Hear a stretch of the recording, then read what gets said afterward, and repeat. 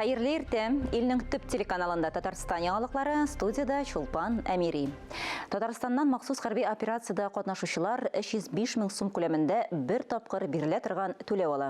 Әлеге сумма республика хәрби комиссариатларында яисә республикада урнашкан хәрби частьләрдә 2023 елның 31 августыннан соң контракт төзегән хәрбиләргә бирелә. Указ бу елның 31 декабренә кадәр гамәлдә була. Ватаныбыз язмышына битараф булмаган кыюлык, батырлык күрсәтергә, ватаныбызны яклауга әзер булучыларны батыр контракт хезмәтенә кабул итү үзәгендә көтәләр. Ул бер тәрәзә принципы буенча эшли, бер тәүлек эчендә барлык документларны да рәсмиләштерергә мөмкин. Контракт буенча сорауларга 117 телефон номер аша һәм махсус эшләнгән Татарстан геройлары сайтында җавап бирәләр. Исегезгә төшерәбез, контракт төзегәндә бер тапкыр түләнә торган акча күләме 195 мең сум, махсус операция зонасында булганда ай саен 204 мең сумнан башлап түләү каралган. 3 көн дәвамында Республика Фәннәр академиясында ел сайын үткәрелә торган татар гыйлеме дип исемләнгән халыкара яшьләр фәнни мәктәбе уза. Ул бүген дә үз эшен дәвам итә. Төрле илләрдән килгән галимнәр катнашында лекциялар, очрашулар үтте. Шулай ук Идел Урал археологиясе исемле 7 басма тәкъдим ителде. Фәнни чара турында тулырак алдагы язмада. Идегей достанын хәзерге вакытта һәркем белә. 6 гасыр элеккеге тормышны тасвирлаган әлеге әсәрне галимнәр күп тапкыр анализлап, йөзләгән фәнни хезмәт язган. Төрки эпосына күп мегенә өйрәнсәң дә тирәнгә кергән саен яңадан яңа фактлар чыган. Фәнни мәктәпнең беренче көнендә төрлеләрдән килгән галимнәр төрки эпосны һәрберсе төрле яктан ачып чыгыш ясады. Халык авыз иҗаты әдәбиятның аерылгысыз өлеше. Аларны отып алып, яшь буынга җиткерү чыннан да зур хезмәт. Менә Казакъстаннан килгән безнең үзе шагыйрь, үзе акын дип әйтәбез инде аларны төрле дәүләт дәрәҗәсендәге әйтеш жанрында катнаша торган олы дәрәҗәдәге башкаручы. Астанадай шаһардан өт алыстан тудырған талай мықты епустарды ассалаумағалейкум Татарстан. Татар гыйлеме фәнни мәктәбе Россия регионнарында якын чит илләрендә бер максат фән юнәлешен үстерү өчен берләштерә. Бүгенге көндә яшьләр ничек кенә булмасын фәнгә аз киләләр. Монда кытлык сизелә. Шуңа күрә без Фәннәр академиясе системасында инде грантлар системасын җайга салдык. Төрле юнәлештә, төрле дәрәҗәдә премиялар бирү, стипендиялар тапшыру, конкурслар үткәрү җайга салынган. Фәнни мәктәпнең икенче көнендә Идел Урал археологиясе дип исемләнгән 7 томлы өр-яңа китаплар тәкъдим ителде. Бу соңгы 8 ел эчендәге археологик эзләнүләрнең нәтиҗәләре тупланган уникаль хезмәт. Безнең өчен академия түгел, Россия күләмендә бу бик зур вакыйга. Дөрестән дә куелган бурыч үтәлде. Без әйтергә кирәк, что бүген бу бурыч Татарстан өчен генә түгел, бу Россия өчен дә, бөтен дөнья күләмендә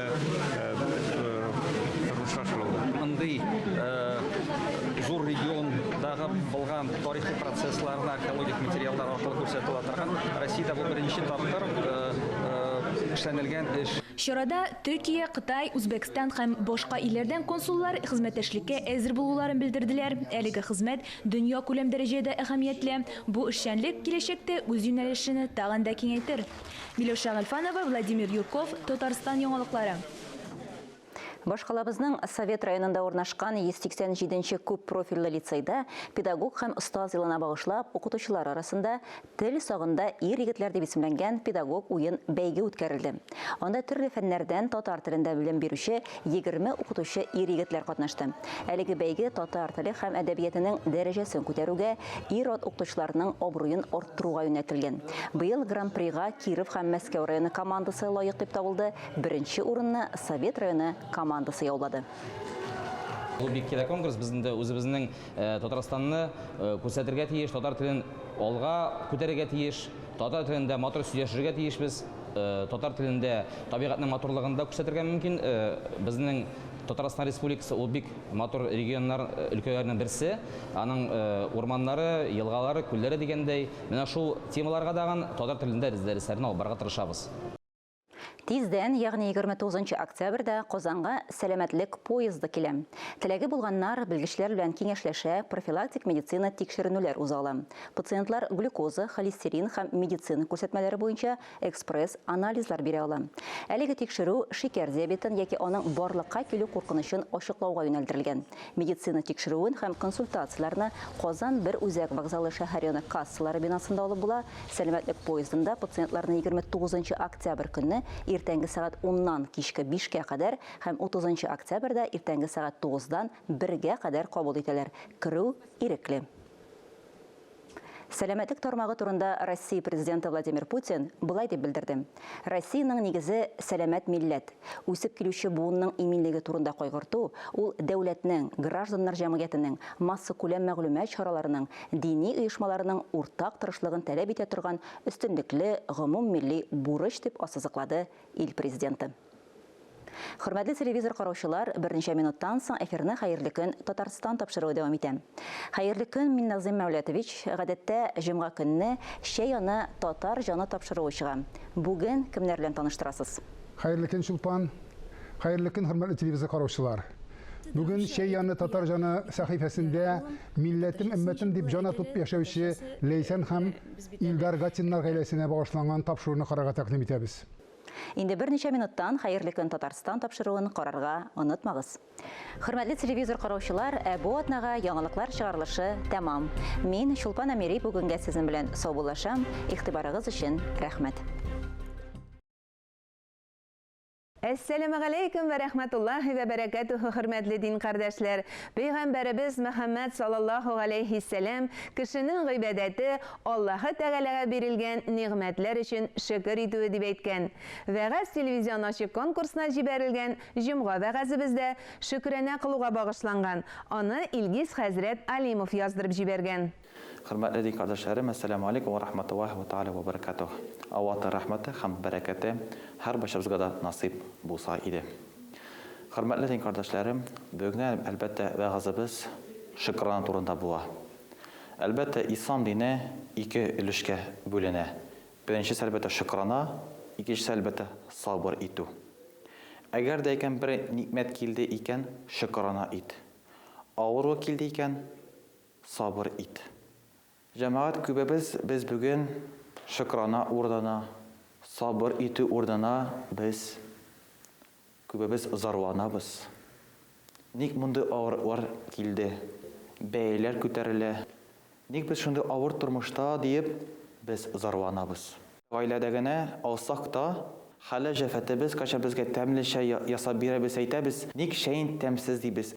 Ризыгын тозсыз дип без зарланабыз. Балаларыбызга без аларга таләпләр куябыз. Син тиеш дип әйтәбез. Кашын без үзебезнең балаларыбызга рәхмәт әйттек. Хатыныбызга кашын рәхмәт әйттек. Иребезгә кашын әлбәттә рәхмәт әйттек. Әгәр дә хатын кыз кашын үзенең иренә рәхмәт әйтә икән, ир кеше тауларны күчерергә әлбәттә әзер. Бүген әлхәмдүлилләh без бик матур тормышта яшибез. Әгәр дигән 20 ел артка без әйләнеп карасак, безнең әби бабайларыбыз мондай матур тормыш күрмәгәннәр. 90-нчы елларда гына бер шәһәрдә генә бер-ике мәхәллә булган, бер-ике мәчет булган. Хәзер вакытта әлхәмдүлилләh Казаныбызда гына 80-ннән артык мәчет. Татарстанда 1500-дән артык мәхәллә булып тора. Бу Аллаһның әлбәттә ниъмәте һәм дә рәхмәте булып тора. Мәдрәсәләр ачыла. Бу Аллаһның бер рәхмәте.